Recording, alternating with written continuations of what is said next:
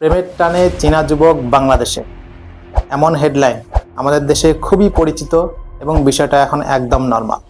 আর এমন ঘটনা একটা দুইটা নয়, প্রতি বছর 10 থেকে 12 জন চীনা যুবক প্রেমের টানে বাংলাদেশে আসছে।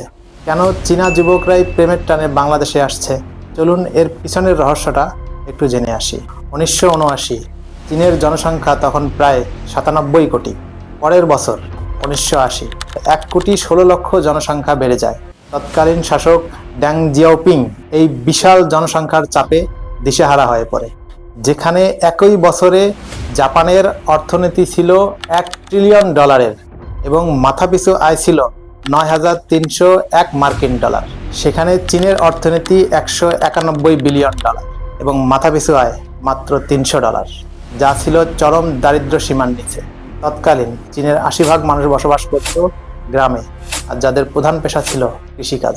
এমন একটা দরিদ্রপূর্ণ দেশে প্রতি বছর 1 কোটি 16 লক্ষ মানুষের জন্ম সরকারের কাছে মরার উপর খাড়ার ঘা সমতুল্য। এই সমস্যা থেকে উঠে আসতে ড্যাং জিয়াওপিং 1980 সালে এক সন্তান নীতি চালু করে এবং তা কঠোরভাবে মানতেও বাধ্য করা হয়। এখন সরকারি নির্দেশ মানতেই হবে। চীনের ঐতিহ্যবাহী সমাজ ব্যবস্থা অনুযায়ী পুত্র সন্তান বংশবৃদ্ধি করে এবং বৃদ্ধ বয়সে বাবা মার দেখাশোনা করে। চীনা পিতামাতারা তখন এই সিদ্ধান্তে আসলো, যদি একটি সন্তান নিতে হয় তাহলে সেটা যেন পুত্র সন্তান হয়। সে সময় আল্ট্রাসাউন্ড পদ্ধতি সহজলভ্য হয়ে যায়। চীনা পিতামাতারা সহজেই বুঝে যায় গর্ভে থাকা সন্তান পুত্র নাকি কন্যা, আর এভাবেই তারা গর্ভে থাকা কন্যা সন্তানের ভ্রূণ গর্ভেই নষ্ট করে দিত।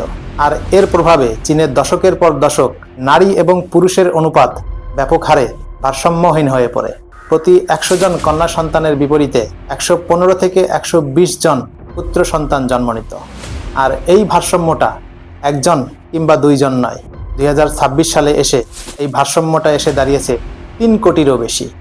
এখন চাইনিজ গ্রাম অঞ্চলগুলোয় 3 কোটিরও বেশি পুরুষের জন্য কোনো নারী সঙ্গী নেই, যাদের বয়স এখন 30 থেকে 40-এর কাছাকাছি।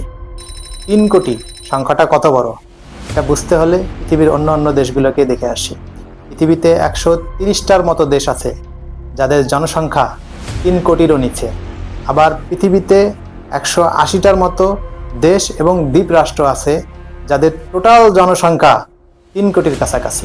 এমন অবস্থায় চাইনিজ নারী পাচারকারী চক্রগুলো সক্রিয় হয়ে যায়, যেমন অনলাইন ম্যারেজ ব্যুরো, ভুয়া ট্রাভেল এবং ম্যাচমেকিং এজেন্সি, চাইনিজ বর, এমন অনেক চক্র এখনও সক্রিয় আছে। এদের মধ্যে অন্যতম হচ্ছে ট্রায়াড চক্র। এই চক্রগুলো মায়ানমার, নেপাল, ভুটান, শ্রীলঙ্কা, বাংলাদেশ, আফগানিস্তান এবং পাকিস্তানের মতো দরিদ্র মুসলিম ও খ্রিস্টান ফ্যামিলির মেয়েদেরকে টার্গেট করে চীনে থাকা প্রত্যন্ত গ্রাম অঞ্চলের পুরুষদের কাছে $5 থেকে $10,000 বিনিময়ে বিক্রি করছে। তারা প্রথমে বিভিন্ন প্রলোভন দেখিয়ে এই দেশগুলোর মেয়েদেরকে চায়নায় নিয়ে যাচ্ছে। এরপর তাদের প্রয়োজনীয় কাগজপত্র কেড়ে নিয়ে তাদেরকে বাধ্য করা হচ্ছে চাইনিজ ছেলেদেরকে বিয়ে করতে এবং দ্রুত বাচ্চা নিতে। এর ফলে আমরা 15 থেকে 20 বছর পর এটা দেখে অবাক হব না যে চাইনিজ কিছু অঞ্চলে মিশ্র প্রজাতি মানুষ জন্ম নিচ্ছে। তাদের মধ্যে কিছু দেখতে হবে পাকিস্তানিদের মতো, কিছু নেপালিদের মতো, কিছু ভুটানিদের মতো, কিছু বাংলাদেশ এবং শ্রীলঙ্কানদের মতো দেখতে হবে। এখন গ্রাম অঞ্চলেই কেন? কারণ গ্রাম অঞ্চলের মেয়েরা অনেক সহজ সরল এবং আবেগপ্রবণ হয়। তাই চাইনিজ যুবকরা গ্রাম অঞ্চলের মেয়েদেরকেই সহজে টার্গেট করতে পারে।